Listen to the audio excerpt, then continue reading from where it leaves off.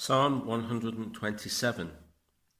Though short, this psalm singles out three of our most universal preoccupations: the preoccupation with buildings, security, and raising a family. And the psalmist asks what they are all about and to whom we owe them. Here we read that the smallest detail of the largest concerns in life are the objects of God's attention. The lesson of the psalm is that in little things, as well as in great or momentous things, man cannot of himself command success, although this is possible even to the weakest with God's blessings. During the restoration and the rebuilding of Jerusalem, this looking to God proved especially important for Israel. Perhaps the desire to build the private houses before the public necessities were supplied, as in Haggai 1 verses 2 and 4, was the motivation for the poem. They were reminded home and family and property, security, raising a family and building, all alike depended upon God. The rhythm of this psalm, as a piece of Hebrew poetry, is fine and varied. Let's look at its title.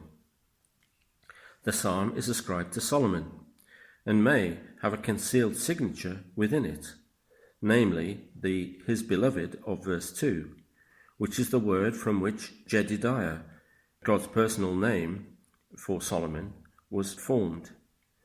We can find that in 2 Samuel 12, verse 25. The rendering is wrong anyway, as it should be of and not for Solomon. Solomon was the great king, the builder king, and the psalm has a resemblance to the book of Proverbs, namely Proverbs 10 verse 22, which sums up the prevailing thought of this psalm. The lessons of the psalm were, however, lost on Solomon in later life, even Solomon himself. His buildings became reckless. See 1 Kings 9 verses 10 and following. His kingdom was in ruins, 1 Kings 11 verse 11 and following, and his marriages a disastrous denial of God, 1 Kings 11 verse 1. It may be that there is quite a significance between Solomon and Nehemiah that has been put forward by Wilcox. The two parts of the Psalms are verses 1 and 2 and verses 3 to 5. Verses 1 and 2 speak of fruitless efforts and verses 3 to 5 of living assets. They are so well marked that some scholars see them as separate poems. But both parts proclaim that only what is from God is truly strong, and the two uses of house as a dwelling and a family make a well-known wordplay in the Old Testament and a marked similarity of sound in Hebrew. The builders, Barum, of verse 1, echo the sons, Bachrum, of verse 3. This psalm is the second psalm of three psalms, a little collection, 126, 127, and 128. 126 is all about the need of Israel, 127, the power of God, and 128, the security of Israel. So basically, Psalm 127 is all about the power of God. Let's move to verse 1. The house of verse 1 could be any house, not particularly the temple. The thought is a general one. Even in our ordinary enterprises, it is the divine blessing which constitutes success. The two ideas in verse 1 are of creating, building, builds, and conserving, watches. There are only two outcomes. Either it will be the Lord's doing, or it will be pointless. Unless God's vigilance protects or watches over the city, even the best defences can prove insufficient. The in vain of this verse is not like the vanity of Ecclesiastes. the idea of taking the pleasure out of worldly success. But it is equally sweeping in its effect. All your hard work, says the psalmist, is in vain unless you rely on the Lord rather than your own efforts. This verse and verse 2 are all about our practical needs, the houses of the city, jobs, going to work, coming home, food and sleep. They are the psalmist's version of Christ's words about anxiety, found in Matthew 6, verses 31 to 33. Seek ye first the kingdom of God and his righteousness, and all these practical necessities will be yours as well, said Jesus. Let's move on to verse 2. Verse 2 begins with it and ends with sleep. This verse has met with many different interpretations, despite the lack of question about its literal translation. There's no dispute about the early rising of part 1. However, the next two clauses have two different interpretations. Some connect the sitting down with the meal, delaying it to sit down and eat the bread of sorrows or cares. That means to be so immersed in work that you hardly have time to sit down and eat. However, the Hebrew seems to suggest that the sense of resting is meant here, and it really is the idea of to delay or defer the hour of rest. As to the last clause, it seems right that from its use in Genesis 1, it should have the sense of at his pleasure. The word sleep is either the direct object of the phrase, as in the Septuagint, or the accusative used adverbially, meaning basically in sleep or while they sleep. The whole assertion of the psalm is in line with the idea of Proverbs 10:22, as I said earlier. And that says, the blessing of Yahweh makes rich, and toil can add nothing to it. It's summed up by Jesus in the Sermon on the Mount. It reminds us of the dependency of life upon Yahweh.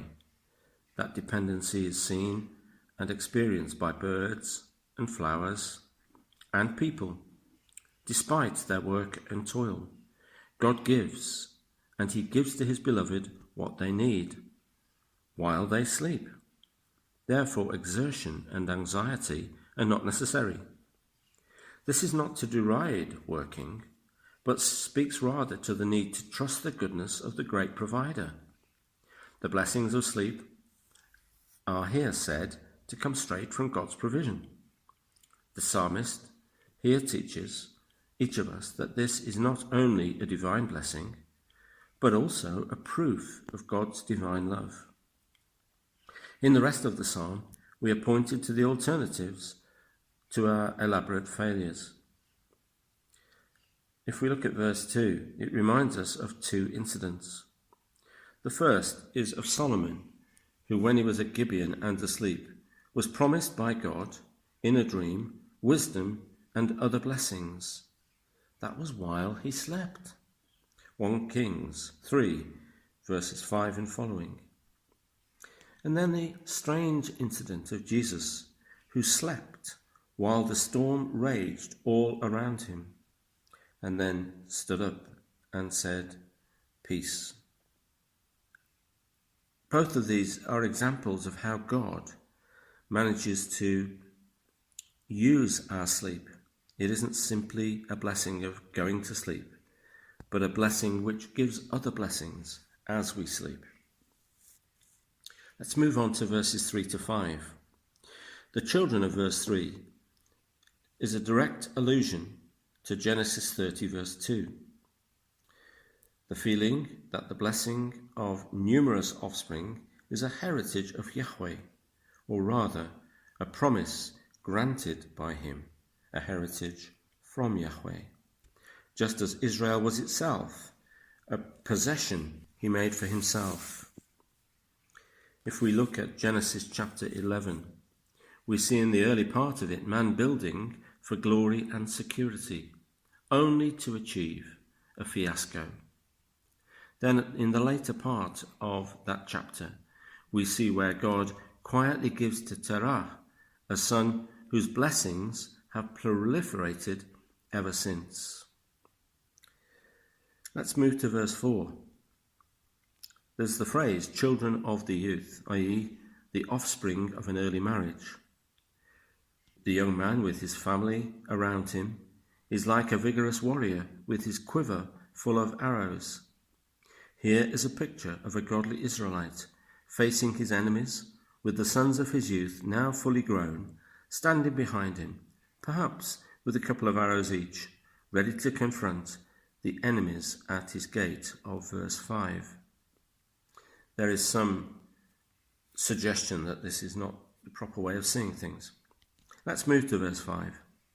The quiverful of this verse is in the Hebrew, that has filled his quiver with them, i.e., with the children of his youth. The use of the term they in this verse sees a sudden change in number, of which Hebrew poetry abounds. We saw it in one of our earlier psalms, and we can also find it in Psalm 107, verse 43. The they seems to mean parents who have large families of sons, not necessarily the sons themselves. We expect a conflict situation from the arrows and warriors of the previous verse, i.e., they shall challenge their enemies in the gates. But Hebrew poetry accommodates metaphors and proliferates with them, and the gate is commonly spoken of as the place of public resort, where legal cases are decided. We can see that in Isaiah 29 verse 21 and Amos 5 verses 12 and following, and many others. And it may refer to the support such a case would receive when backed up by a long line of stalwart sons. We see in Job chapter 5 verse 4 the opposite of this, the opposite picture, when a tyrant's sons are unable to support their father and themselves are crushed at the gate. And then the phrase, speak with their enemies. This you can find support for in Joshua 20 verse 4 and Jeremiah 12 verse 1. It is the gate where enemies are confronted either legally or in battle and overcome. So the picture in the final 3 verses is not to the scale of Genesis 11, but it shows us similar values. Nothing is said here of monetary wealth or position. It is not important to God. But an upstanding family is wealth enough and honour enough for anyone. So this psalm iterates a truth which is picked up by Jesus in John 15 verse 5. It is the truth. Apart from me, you can do nothing. The psalm reminds us that without the Lord and his powerful presence, nothing worthwhile can come even of our most strenuous efforts. God and God alone is the defining difference within life and within our living.